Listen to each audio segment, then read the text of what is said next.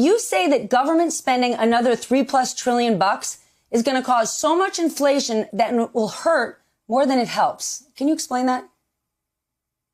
Sure, Stephanie. Thanks for having me on. I need to back up a little bit. If you go back to the spring of 2020, in the middle of the worst part of the pandemic, the economy was in a black hole, probably the most uncertain period I've ever seen in my lifetime. And Congress probably did the best you could ever see of government, which is they spent $2.3 trillion in response to that, because none of us knew where we were headed. It could be the Great Depression. It could have been anything. Thankfully, fast forward 5 or 6 months, and we did not have a Great Depression.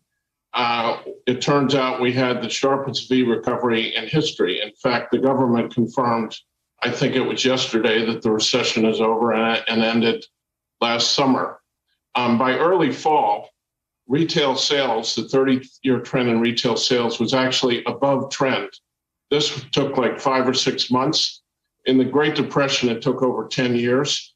In the Great Financial Crisis, post the housing bubble, it took 5 years.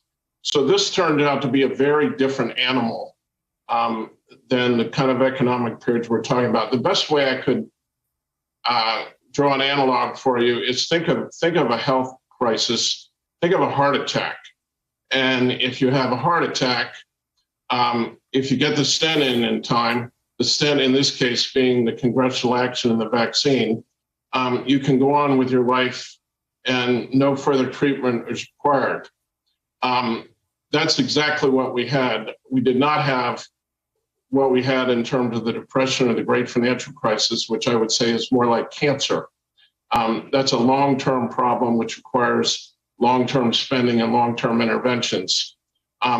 If you look at the current situation, after retail sales in the economy were back to trend, afterward, 575 of the 850 billion on transfer payments has been spent. Over half the 5.2 trillion we spent on COVID, again, has been after the economic crisis was already over. The irony is probably the worst economic declines we've had the last 100 years are post-asset bubbles like the Great Depression, the Great Financial Crisis. The other big economic problem we've had the last 100 years was the inflation of the 1970s. It was pretty much awful period, particularly for the poor and the middle class, because as you know, inflation is a tax the poor just can't afford, nor can they avoid it. I have to say the irony of, because this is well-intentioned spending you mentioned, and I think it's to fix the problem, frankly, that does not exist anymore. Given what I just said, if I was Darth Vader and I wanted to destroy the US economy, I would actually do aggressive spending in the middle of an already hot economy, which is exactly what we have. The reason is that creates two things. Yep. I'm sorry. That creates two things. What exactly are the policies? Yes? Two things. Number one, you usually get a bubble out of that. And number two, you could get inflation out of that. Frankly, we have both. This is the biggest bubble I've ever seen in my career. We have crypto craze, we have SPACs, we have booming housing prices, we have these things called NFTs, and equity prices as a percent of GDP are at an all-time high. And as you also know, inflation is literally at a 30-year high. What are we going to get out of this? And again, it's well-intentioned spending. In my opinion, you're going to get a sugar high for 3 to 6 months. Then you're probably going to get continuation of inflation and then an economic bust. And when you get an economic bust, okay, but just Stan, like after the...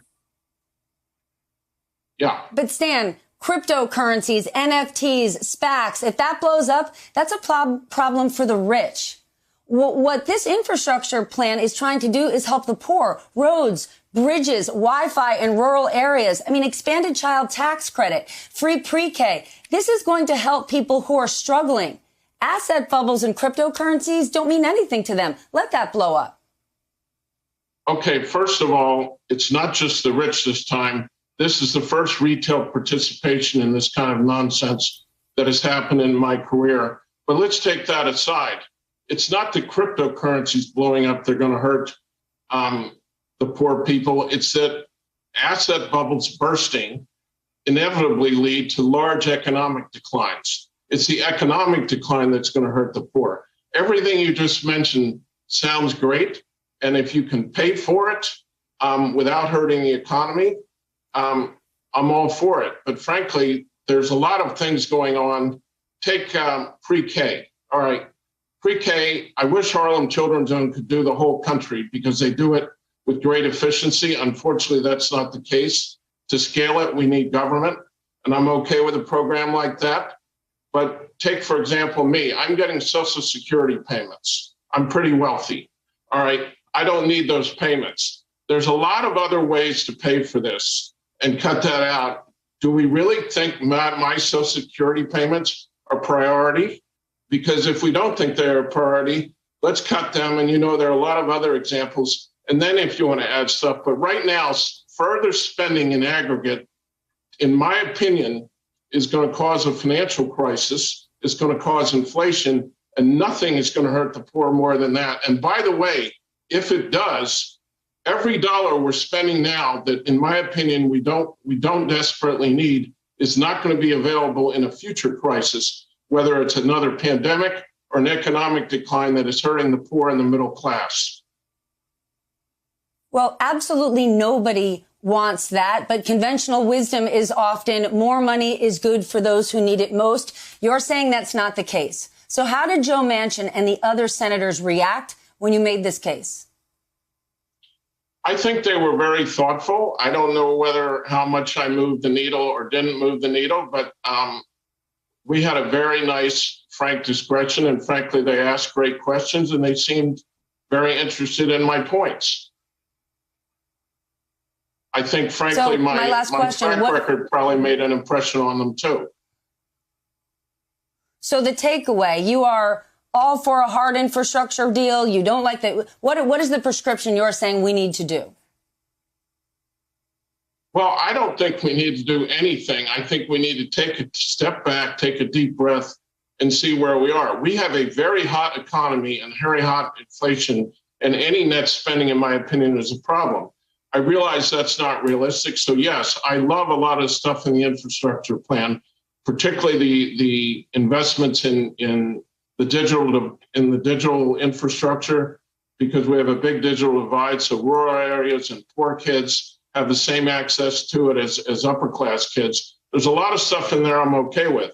But again, there's a lot of other spending going on, particularly in entitlements, that to me are less of a priority. And we just can't let the net spending go up any more than it is currently, because it's going to lead to, hopefully I'm wrong, I don't have a crystal ball, to dire consequences.